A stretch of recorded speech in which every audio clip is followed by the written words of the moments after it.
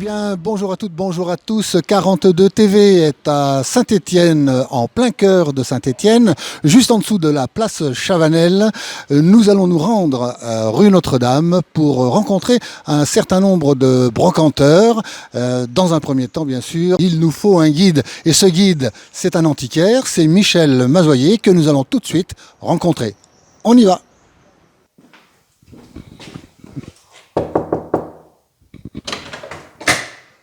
Michel Mazoyer, bonjour, merci de nous accueillir, 42 TV. Eh bien, soyez les bienvenus. Alors Michel, si on doit vous définir, qu'est-ce qu'on doit dire de Michel Mazoyer? Antiquaire, expert dans le domaine de l'art, dites-nous.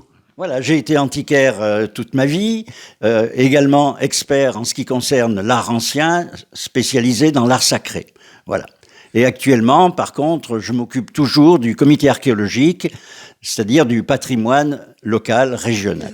Qu'est-ce que c'est exactement ce comité archéo? Alors, le comité archéologique est chargé de faire connaître et de rassembler des objets, et surtout des objets d'art, bien sûr, du patrimoine. On est à la recherche de tout ce qui peut être des documents, même parfois qui paraissent sans intérêt ou sans valeur pour une famille parce qu'ils datent de l'époque 1900 ou avant, des actes notariés, tout ça. Nous les réunissons, donc nous sommes acquéreurs. Et bien sûr, quand ce sont des objets et des œuvres d'artistes locaux, et certains, on ne les connaît pas. Il y a des gens qui ont fait les beaux-arts, mais qui, à cause de leur situation sociale, n'ont jamais exposé pour vendre, mais leurs œuvres existent, et bien sûr, nous les recherchons et nous les achetons. Et comment on fait pour vous contacter? Il y a un numéro de téléphone, il y a une adresse mail? Non, tout simplement, il suffit d'entrer en contact avec moi sur mon téléphone privé, voilà.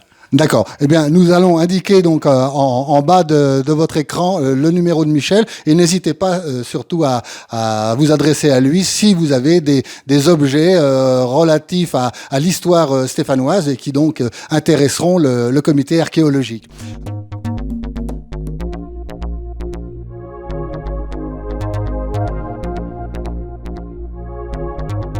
Et à Saint-Étienne, nous avons un énorme patrimoine qui est lié à l'art. On a une école des beaux-arts qui date du XVIIIe siècle. Il y a eu de très très nombreux artistes et dont certains avec un très grand talent. Dans les artistes, par exemple, on a cet artiste qui est derrière nous là, qui a réalisé cette œuvre magnifique ou pas? Bien sûr, Édouard Dougy.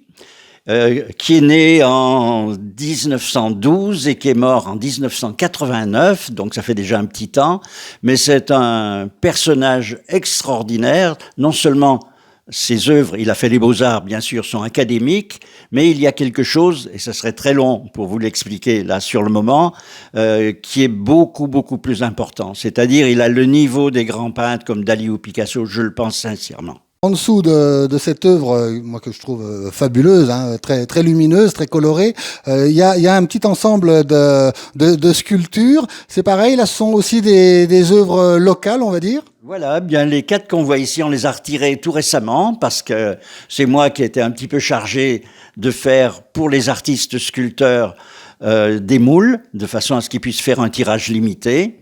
Et là, ce sont des œuvres de Patricia Liversin, qui a été une grande artiste à Saint-Étienne, qui nous a quittés, et c'est bien dommage. Et on la voit se représentant ici, par exemple. Et on voit la Vierge Noire du Puy-en-Velay. Et elle s'était présentée à l'office d'accueil à l'époque, et elle mettait au-dessous une relique, c'est-à-dire un morceau de pierre de la cathédrale du Puy. Voilà. D'accord. Merci pour tous ces renseignements, Michel. Alors nous sommes Michel là dans un quartier historique de Saint-Étienne, hein, le quartier Saint-Jacques avec la fameuse rue Notre-Dame que nous allons découvrir par ses boutiques dans un instant. Parlez-nous un petit peu de ce quartier. Alors, le quartier Saint-Jacques est un quartier qui a été fait dans la tradition du XVIIe siècle, autour de l'église Notre-Dame, dont l'origine est du XVIIe. Bien sûr, elle a été restaurée au cours des temps. La façade actuelle, bien sûr, est du XIXe siècle, dans le style jésuite. Dans la rue des Martyrs de Vingré, il y a encore beaucoup de maisons, d'immeubles, qui sont du XVIIe siècle.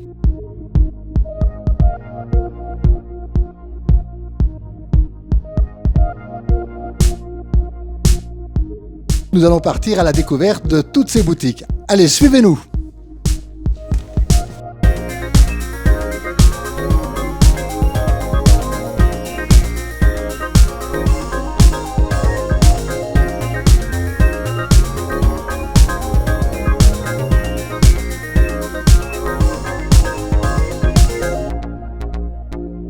bien, bonjour Jérôme, merci de nous accueillir dans votre boutique Méli-Mélodie, un nom prédestiné. Vous êtes donc installé ici depuis quand et quelle est vraiment votre spécialité dans le monde du disque? Alors moi je suis installé depuis 20 ans. Donc, j'ai ouvert la boutique en 2001, en octobre 2001. La spécialité de la boutique est de faire du disque d'occasion, c'est-à-dire que je vends pas de disques neufs, je fais que que de vieux pressages ou des choses qu'on me propose parce qu'on n'en a plus envie. Et moi j'essaye de trouver des personnes qui en ont encore envie.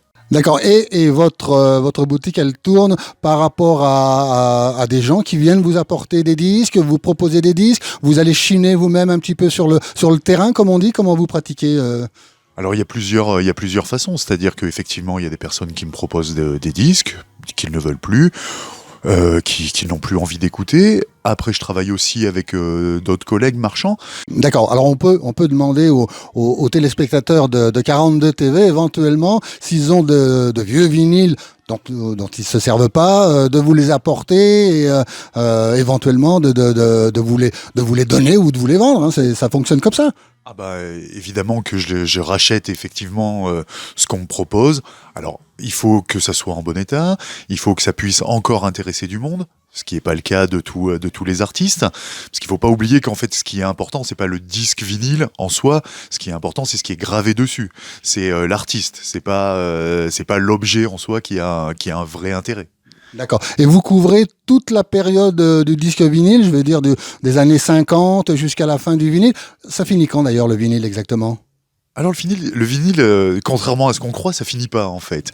C'est-à-dire que même dans la période 90-2000, où là il y a vraiment eu beaucoup de CD et quasiment du jour au lendemain plus de vinyle dans les rayons, il y a encore des artistes qui ont pressé en vinyle. Alors notamment dans les musiques dites urbaines, le hip-hop, le rap, la techno, la musique électro, mais aussi dans la pop, dans le rock indé, le punk rock, qui eux sont restés très marqués là-dessus. Et puis depuis quelques années, depuis une dizaine d'années, il y a de nouveau des gens qui repressent du vinyle, et aujourd'hui quasiment tous les plus grands artistes qui sortent un album le sortent aussi en vinyle. Est-ce que la clientèle stéphanoise a des goûts particuliers au niveau de la musique, des chanteurs? Est-ce qu'il y a des styles qui sont vraiment, voilà, je vais pas dire spécialement achetés par les Stéphanois, mais enfin bon, est-ce qu'il y a une tendance? Alors, Saint-Étienne reste une ville historiquement qui est très rock. Voilà quoi. Donc le rock, on va dire d'Elvis Presley jusqu'au punk rock, hein, jusqu'aux Sex Pistols quoi.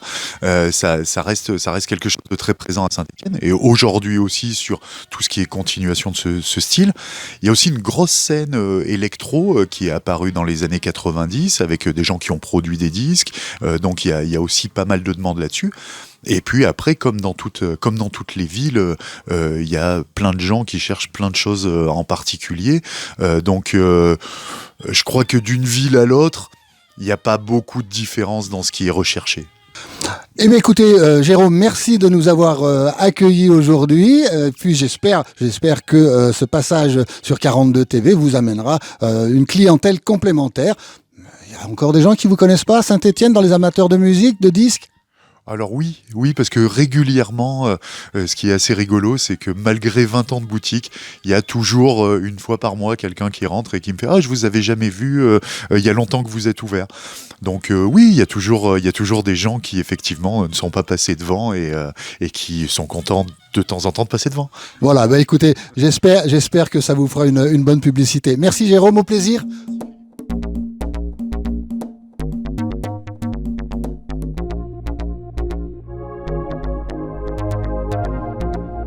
Alors en annexe du magasin de Jérôme Méli-Mélodie, nous allons retrouver dans les mêmes locaux donc Hervé qui lui est spécialisé dans tout ce qui est platine, électrophone.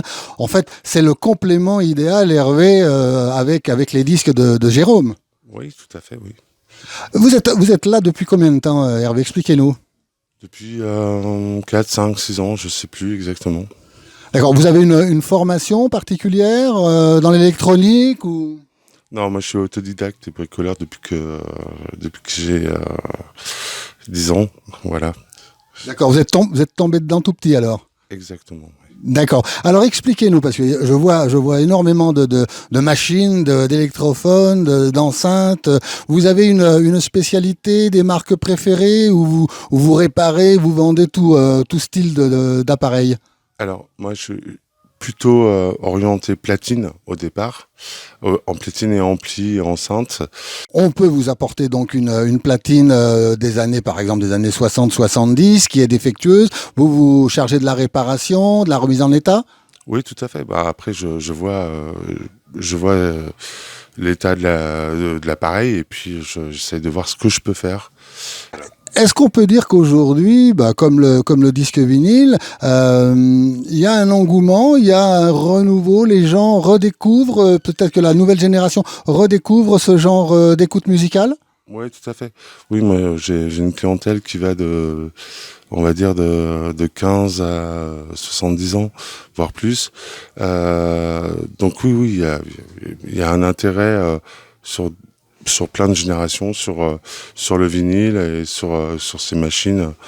Et savoir plein de gens aussi qui ne se rappellent absolument pas comment ça marche. Donc moi, je peux les aider là-dessus. Ok. Quoi. Merci pour tous ces renseignements précieux, Hervé. Bonne continuation et au plaisir.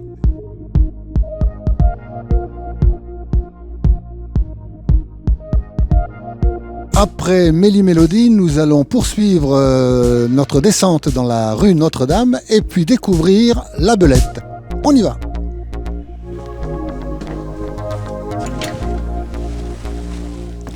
Alors, nous voici désormais à La Belette. Alors, La Belette, c'est une friperie. Bonjour, Sarah. Bonjour. C'est une friperie, donc votre boutique, on peut la qualifier comme ça? Exactement. C'est une friperie, donc avec une sélection vintage, comme on dit, c'est-à-dire uniquement avec des vêtements anciens, soit de seconde main, soit plus rarement avec du neuf d'époque, du vieux stock d'usine.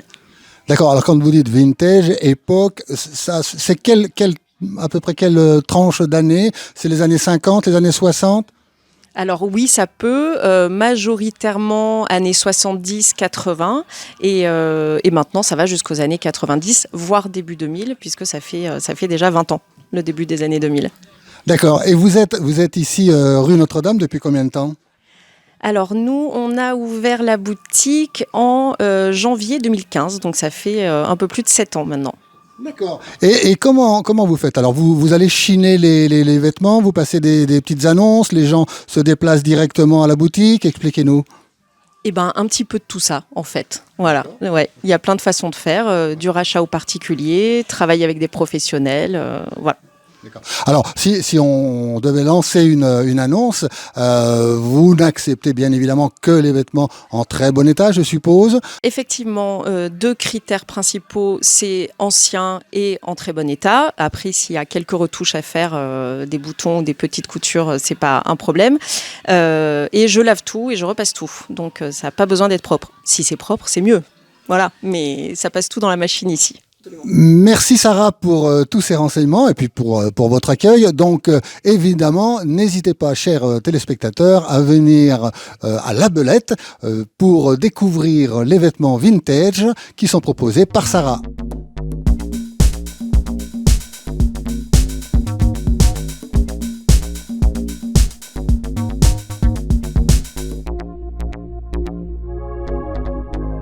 Donc dans la librairie Mauvais Genre avec Thierry, son responsable. Bonjour Thierry. Bonjour. Alors Thierry, expliquez-nous comment on devient bouquiniste. Est-ce que il faut forcément avoir la passion du livre? Oui, tout à fait. J'ai la passion du livre depuis que je suis tout petit. Mon père lisait des bandes dessinées que ma mère m'interdisait de lire et la passion ne m'a jamais quitté. Vous êtes installé ici depuis combien de temps Thierry? Depuis avril 2019. D'accord, donc c'est quand même assez récent. Vous venez bien en complément de tous vos confrères qu'on vient de voir, puisque il y a du disque, il y a de la brocante en général, et vous donc spécialisé dans le livre. Alors, est-ce que justement vous achetez, vous vendez tout type de livres, ou est-ce que vous avez quand même un créneau très particulier? Alors, un peu les deux. Effectivement, je vends toutes sortes de livres, de la littérature générale aux comics, à la BD.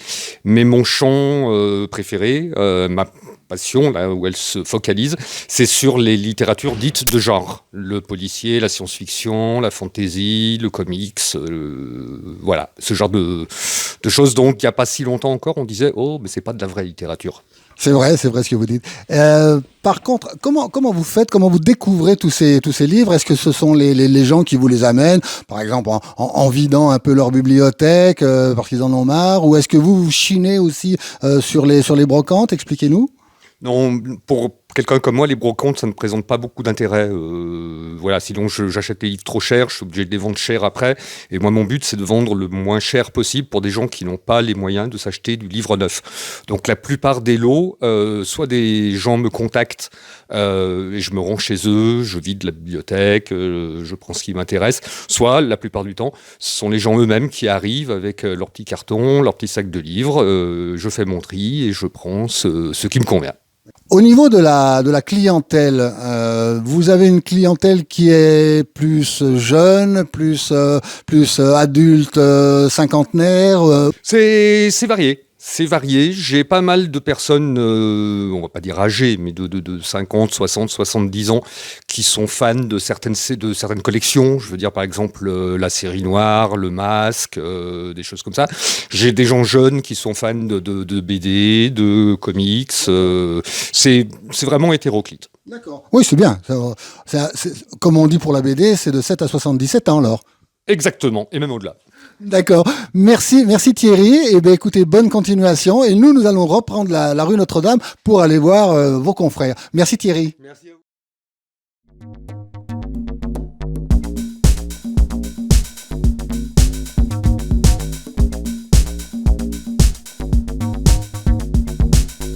Alors nous voici dans la boutique Les Objets Trouvés en compagnie de Stéphane. Stéphane, bonjour. Bonjour. Alors Stéphane, vous êtes brocanteur depuis longtemps? Depuis une vingtaine d'années et avec un magasin à Saint-Étienne depuis une quinzaine. D'accord. Et là, rue Notre-Dame, depuis combien de temps? Rue Notre-Dame depuis décembre. D'accord, donc c'est tout neuf, vous êtes venu en fait rejoindre l'ensemble des commerçants dans les antiquités? Une partie des commerçants de la seconde main à Saint-Étienne dans la rue Notre-Dame ici, quoi. Ouais. Ah, c'est une belle expression, ça, les commerçants de la seconde main. Ça, c'est joli. On va le noter, ça. Alors, Stéphane, vous avez une boutique qui est remplie d'objets hétéroclites. Vous avez une spécialité, vous avez des recherches particulières, des demandes particulières? Alors des demandes particulières souvent, toujours même, et des recherches aussi. Après j'aime bien les objets du sport, entre autres les objets locaux aussi, pas que du sport d'ailleurs, quoi, en ce qui concerne la mine ou le football par exemple. Voilà, c'est une quête permanente ici à Saint-Étienne. Donc je cherche ça, entre autres, assidûment. D'accord. Et quand vous dites « je cherche ça », vous allez chiner sur le terrain, comme on dit? Sur le terrain, bien sûr, dans les brocantes, y compris nationales, des gros événements. Et puis les gens m'amènent des choses ici au magasin où je vais les voir chez eux. Voilà, c'est un peu les schémas sources, plus une part non négligeable d'achats qu'on fait entre confrères, puisqu'on a des clients pour certaines choses que d'autres n'ont pas, et vice-versa, quoi.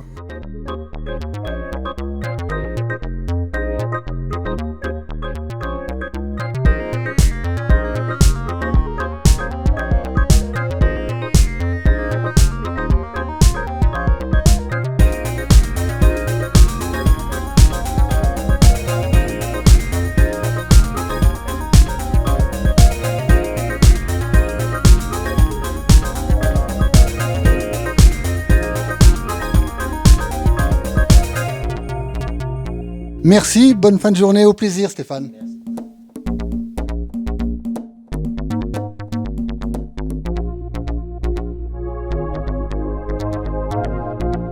Nous sommes sur le haut de la rue Notre-Dame et nous allons terminer notre périple avec cette fois un encadreur, mais à la fois aussi un petit peu brocanteur. Allez, suivez-nous.